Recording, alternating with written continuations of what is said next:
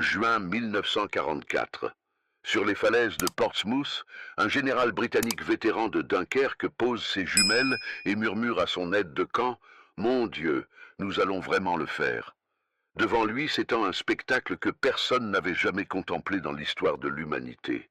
Des milliers de navires, des centaines de milliers d'hommes, une armada si vaste qu'elle semble recouvrir toute la Manche. Ce qui se joue dans ces regards britanniques face à la puissance américaine déployée va bien au-delà de l'admiration militaire. C'est la renaissance d'un espoir que beaucoup croyaient perdu depuis 4 longues années de guerre. Le général Sir Bernard Montgomery descendit de sa voiture militaire sur les quais de Portsmouth par un matin brumeux de mai 1944. L'odeur salée de la Manche se mêlait aux vapeurs de diesel des navires qui encombraient le port à perte de vue. Mais ce n'était rien comparé à ce qu'il allait découvrir dans les heures suivantes. À ses côtés marchait le brigadier Hugh Thornton, un officier qui avait survécu à l'évacuation catastrophique de Dunkerque 4 ans plus tôt. Thornton gardait encore les cicatrices physiques et mentales de cette débâcle, et son visage portait en permanence l'expression d'un homme qui avait vu son armée fuir devant l'ennemi. « Général, les Américains nous attendent au secteur ouest », annonça un jeune lieutenant en les saluant avec raideur. Montgomery hocha la tête, ajustant son béret emblématique. Ils traversèrent le port principal, passant devant des rangées interminables de péniches de débarquement fraîchement arrivées d'outre-Atlantique. Des soldats américains, reconnaissables à leurs uniformes impeccables et leur équipement flambant neuf, chargeaient des caisses de munitions sous la supervision d'officiers énergiques. « Regardez-moi ça, Hugues », murmura Montgomery en s'arrêtant près d'un entrepôt. « Vous vous souvenez de l'état de nos forces après Dunkerque ? Avant de continuer, si cette histoire vous captive autant qu'elle nous passionne, pensez à vous abonner et à laisser un like pour ne manquer aucun récit historique qui fait revivre ces moments décisifs de l'histoire. » Thornton serra la mâchoire. Comment aurait-il pu oublier ? En 1940, l'armée britannique avait dû abandonner tout son matériel lourd sur les plages françaises. Ils étaient rentrés en Angleterre, avec à peine leurs fusils, une nation au bord du gouffre, attendant une invasion qui semblait inévitable. « Nous avions presque rien, monsieur, » répondit-il doucement. « J'ai passé des mois à me demander si nous pourrions un jour reprendre la lutte. » Ils arrivèrent enfin à une plateforme d'observation, surplombant l'ensemble du secteur américain. Ce que Montgomery vit le cloua sur place. Des milliers de véhicules militaires s'alignaient sur plusieurs kilomètres. Jeeps, camions GMC, half-track, chars Sherman par centaines. Des grues portuaires déchargeaient sans interruption du matériel des Liberty Ships ancrés au large. Le général américain Omar Bradley les attendait, carte à la main, entouré de ses officiers d'état-major. Il salua Montgomery avec le sourire confiant caractéristique des Américains. « Général Montgomery, bienvenue. Comme vous pouvez le constater, nous sommes prêts. » Montgomery resta silencieux un long moment, observant cette démonstration de force industrielle.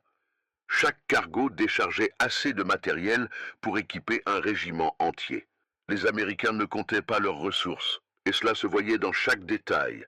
Des bottes neuves pour chaque soldat, des rations en abondance, des réserves de munitions qui semblaient infinies. « Combien de divisions avez-vous acheminées jusqu'ici » demanda finalement Montgomery.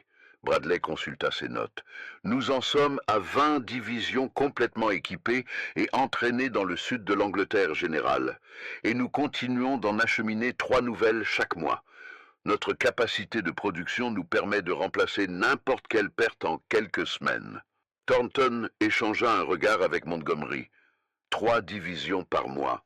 Les Britanniques avaient mis des années à reconstituer leurs forces après Dunkerque, rationnant chaque obus, réparant chaque char endommagé faute de pièces de rechange. Et voilà que les Américains parlaient de remplacer des divisions entières comme s'il s'agissait de simples consommables.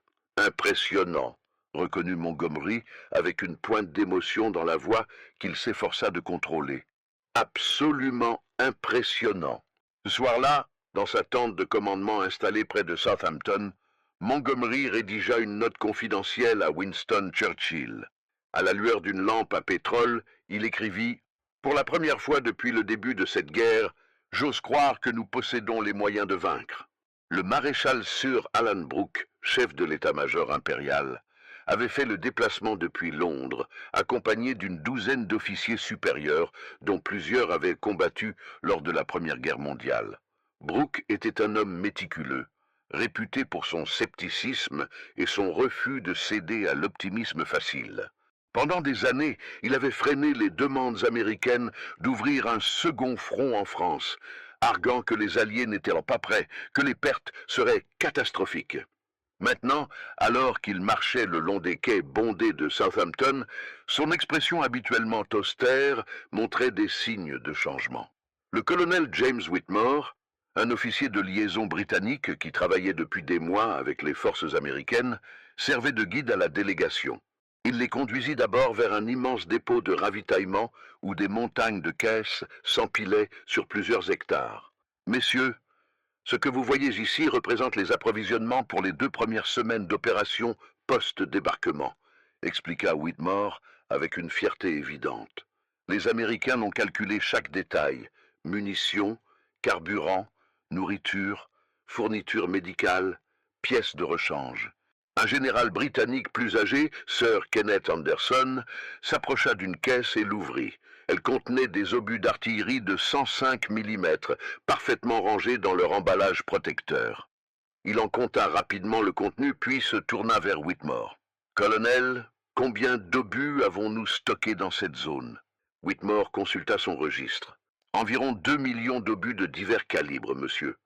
Et ce n'est qu'un des 7 dépôts répartis le long de la côte sud. » Le silence tomba sur le groupe d'officiers britanniques.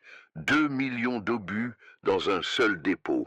Anderson se souvenait des pénuries chroniques de munitions lors de la bataille de la Somme en 1916, où l'artillerie britannique devait rationner ses tirs.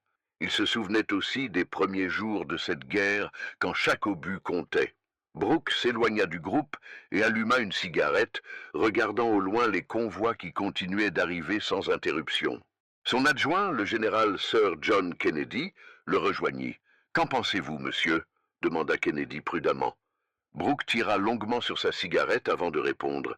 « Je pense, John, que nous avons passé 4 ans à nous battre avec des bouts de ficelle et des prières. Et maintenant, il désigna le port d'un geste ample. Maintenant, nous avons un allié qui peut produire en 1 mois ce que nous mettons 1 an à fabriquer. » La délégation se déplaça ensuite vers une zone d'entraînement où des unités américaines répétaient des assauts amphibies. Des centaines de soldats descendaient de péniches de débarquement, traversaient une plage artificielle sous des tirs à blanc, simulant la défense ennemie, puis remontaient pour recommencer l'exercice. Ce qui frappa les observateurs britanniques n'était pas seulement le nombre de soldats, mais leur jeunesse et leur vigueur. La plupart avaient à peine 20 ans, bien nourris, bien équipés, débordant d'une confiance qui semblait presque naïve aux yeux des vétérans britanniques, marqués par des années de guerre d'usure. « Ils n'ont jamais connu la défaite, » murmura Anderson à Brooke. « Regardez-les, ils pensent vraiment qu'ils sont invincibles. » Brooke hocha la tête pensivement. « Peut-être que c'est exactement ce dont nous avons besoin, Kenneth. Nous avons l'expérience, ils ont l'audace et les moyens. » Le soir même, dans un mess d'officiers réquisitionnés dans un manoir du Hampshire, les généraux britanniques et américains partagèrent un dîner officiel. L'atmosphère était cordiale, mais teintée de la tension naturelle entre alliés aux cultures militaires très différentes. Le général Dwight Eisenhower, commandant suprême des forces alliées, leva son verre pour un toast.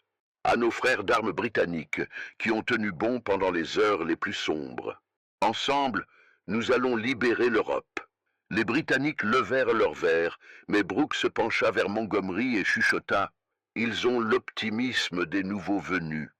Espérons que leur matériel sera à la hauteur de leur enthousiasme. Montgomery répondit doucement. Alan, j'ai vu leur matériel. Croyez-moi, il est à la hauteur. Thornton arriva au crépuscule, et ce qu'il vit depuis les hauteurs dominant le port le laissa sans voix. Des navires à perte de vue, des destroyers, des croiseurs, des transports de troupes, des péniches de débarquement par centaines. La Royal Navy et l'US Navy réunis dans une démonstration de puissance navale qui éclipsait tout ce que l'histoire avait connu. Des projecteurs illuminaient les quais où les préparatifs continuaient jour et nuit. Il retrouva son vieil ami, le capitaine de corvette Robert Hayes, sur le pont d'un destroyer britannique ancré près des installations principales. Hayes avait lui aussi survécu à Dunkerque, où il avait commandé l'un des petits bateaux civils venus secourir l'armée britannique piégée sur les plages. « Hugues, mon vieux, content de te voir », lança Hayes en serrant chaleureusement la main de Thornton. « Viens, j'ai du whisky écossais dans ma cabine. Nous avons beaucoup à nous dire. » Dans l'intimité de la petite cabine, les deux hommes s'assirent face à face, leurs verres à la main.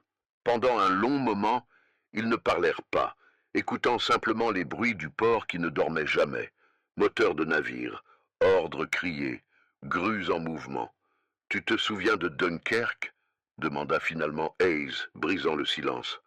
Thornton hocha lentement la tête. « Chaque jour, Robert, chaque jour.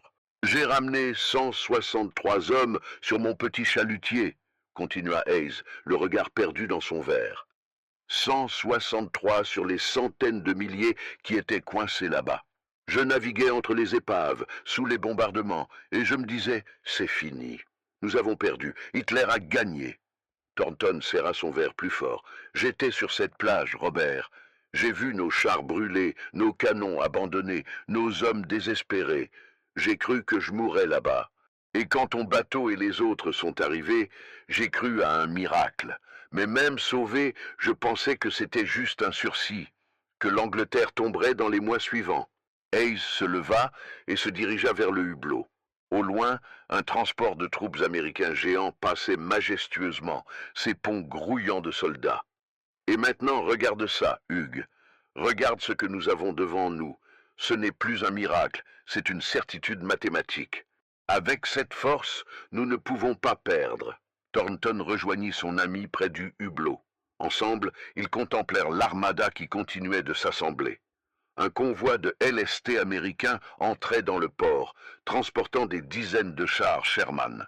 Sur les quais, des régiments entiers attendaient d'embarquer, leurs équipements reflétant les lumières artificielles. « Les Américains ont apporté quelque chose que nous avions perdu, » dit doucement Thornton. « Non, pas seulement leur matériel, Robert. Ils ont apporté la conviction que nous pouvons gagner, que nous allons gagner. » Hey, ça qui est ça. Tu sais ce que m'a dit un commandant américain l'autre jour? Il m'a dit, « Capitaine Hayes, chez nous, quand nous décidons de faire quelque chose, nous le faisons en grand, et nous ne perdons pas. » Cette arrogance m'aurait agacé il y a quelques années.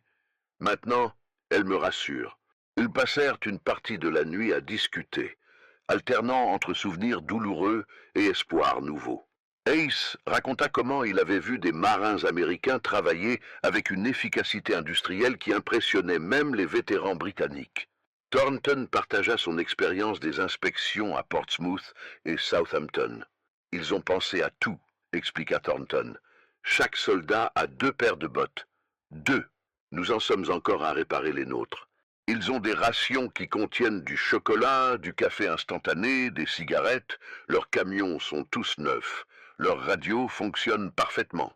C'est comme comparer une armée du XXe siècle avec celle du XIXe. » Hayes remplit à nouveau leur verre. « Montgomery m'a confié quelque chose hier. Il a dit que pour la première fois depuis 1940, il dormait bien la nuit, parce qu'il sait que nous avons enfin les moyens de nos ambitions. » Thornton leva son verre. « À nos alliés américains, alors, qu'ils soient aussi bons au combat qu'ils le sont en logistique. »« Ils le seront, » affirma Hayes avec conviction. « Avec ce qu'ils ont amené, ils n'ont pas le choix. » C'était là que se prenaient les décisions qui allaient façonner l'invasion de la France. Et c'était là que la collaboration entre Britanniques et Américains était la plus intense et parfois la plus tendue. Le général Sir Frederick Morgan, architecte en chef du plan d'invasion initial, passait ses journées dans une vaste salle de conférence dont les murs étaient couverts de cartes détaillées de la côte normande.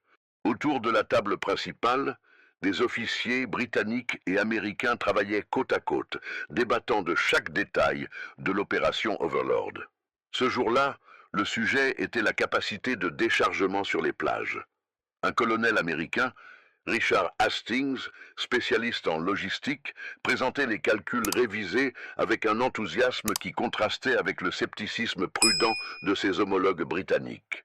Messieurs, avec les nouveaux LST et les Mulberry Harbor, nous pouvons décharger 15 000 tonnes de matériel par jour dès la première semaine, annonça Hastings en pointant une série de graphiques. Le brigadier Miles Dempsey, qui avait participé à toutes les campagnes britanniques depuis l'Afrique du Nord, fronça les sourcils. Colonel Hastings, ces chiffres sont très optimistes. En Sicile et en Italie, nous avons rarement dépassé 5 000 tonnes par jour, et c'était dans des conditions idéales. Hastings sourit avec confiance. Brigadier, avec tout le respect que je vous dois, vous n'aviez pas la flotte de transport que nous avons maintenant. Nous avons construit plus de 1000 LST rien que pour cette opération. Nous avons des grues flottantes, des systèmes de pompage pour le carburant, des routes préfabriquées qui peuvent être posées directement sur le sable.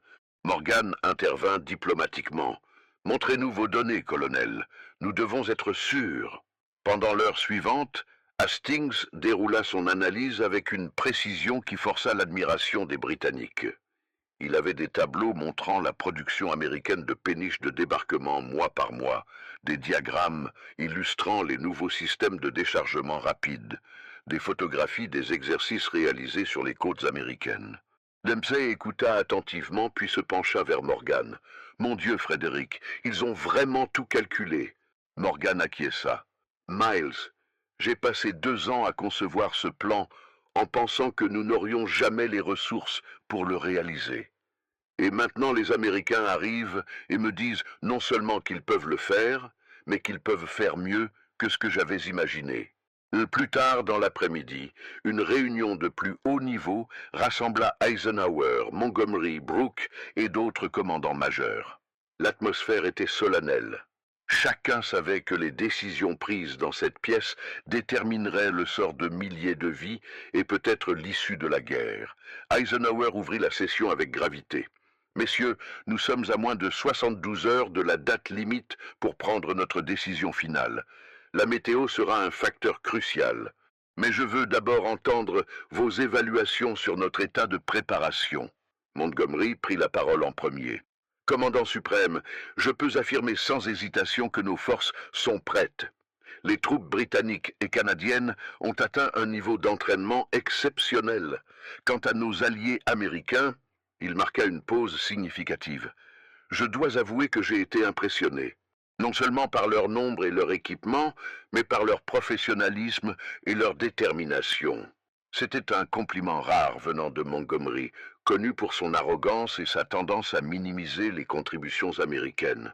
Les officiers américains présents échangèrent des regards surpris mais satisfaits. Brooke enchaîna avec son analyse habituelle, méthodique et sans fioriture. Du point de vue stratégique, nous n'aurons jamais meilleure opportunité. Les Allemands sont étirés sur plusieurs fronts. Notre supériorité aérienne est écrasante, et grâce aux capacités logistiques américaines, il regarda directement Eisenhower. Nous pouvons soutenir une campagne prolongée en France d'une manière qui aurait été impossible il y a 2 ans. Eisenhower hocha la tête, puis demanda « Et vos réserves, maréchal Brooke ?» « Je sais que vous en aviez. » Brooke sourit légèrement, un spectacle rare. « Général Eisenhower, j'avoue que j'ai eu tort d'être aussi prudent. Ce que vos compatriotes ont accompli en termes de mobilisation et de transport est tout simplement remarquable. Je dors mieux en sachant que nous avons cette puissance derrière nous. » Ce qui avait commencé comme une inspection de routine était devenu un pèlerinage émotionnel pour ces hommes qui avaient traversé 5 années de guerre. Sir Bernard Montgomery fit le trajet de Portsmouth à Southampton en jeep, accompagné de son fidèle aide de camp. La route côtière était encombrée de convois militaires, tous se dirigeant vers les ports d'embarquement. Partout, des soldats britanniques, américains et canadiens préparaient leurs équipements, écrivaient des lettres à leurs familles, plaisantaient nerveusement. À un moment, Montgomery ordonna au conducteur de s'arrêter près d'un campement américain. Il descendit de la jeep et s'approcha d'un groupe de jeunes soldats qui nettoyaient leurs fusils. Ils se levèrent précipitamment en reconnaissant le général célèbre. « Repos, messieurs, dit Montgomery dans son anglais impeccable, mais avec un accent britannique prononcé. D'où venez-vous ? Du Texas, monsieur, répondit un sergent. 29e division d'infanterie. Montgomery observa ces hommes. Ils étaient si jeunes, certains n'avaient probablement pas 20 ans. Leurs uniformes étaient impeccables, leurs armes en parfait état. Ils représentaient la puissance industrielle et humaine d'une nation qui avait mis toutes ses ressources dans cette guerre. « Vous êtes prêts ? Demanda-t-il simplement. « Oui, monsieur, répondirent-ils en chœur avec l'enthousiasme caractéristique des Américains. Montgomery resta un moment silencieux, puis dit quelque chose qui le surprit lui-même. « Je suis fier de combattre à vos côtés. » En remontant dans sa Jeep, son aide de camp lui glissa. « C'était généreux de votre part, monsieur. » Montgomery regarda par la fenêtre les milliers de soldats qui se préparaient. « Je le pensais sincèrement, Major. Il y a 4 ans, nous étions seuls, dos au mur. Aujourd'hui, regardez autour de vous. Nous ne sommes plus seuls. » Le soir même, dans une réunion finale au quartier général d'Eisenhower, tous les commandants alliés majeurs étaient présents. La tension était palpable. Eisenhower devait décider s'il lancerait l'invasion le lendemain, malgré les conditions météorologiques difficiles, ou s'il retarderait encore, avec tous les risques que cela comportait. Le météorologue en chef présenta ses prévisions. Une brève accalmie était attendue le 6 juin, suffisante pour permettre le débarquement, mais les conditions resteraient loin d'être idéales. Eisenhower fit le tour de la table, demandant l'avis de chacun. Quand vint le tour de Brooke, le maréchal britannique prit son temps avant de répondre. « Général Eisenhower, il y a 1 mois, j'aurais peut-être conseillé d'attendre de meilleures conditions. Mais aujourd'hui, ayant vu ce que nous avons rassemblé, ayant constaté la qualité de nos préparatifs et la force de notre armada, je dis, allons-y, nous sommes prêts. Nous serons peut-être jamais aussi prêts. » Montgomery acquiesça vigoureusement. « Je suis d'accord. Les hommes sont au sommet de leur entraînement. Le matériel est en place. Chaque jour de retard érode notre avantage. » Eisenhower regarda longuement la carte de la Normandie étalée devant lui. Puis, dans un moment qui allait entrer dans l'histoire, il prononça simplement « OK, we'll go ». Cette nuit-là, Thornton et Hayes se retrouvèrent une dernière fois sur le pont du destroyer. Autour d'eux, des milliers de navires préparaient leur appareillage.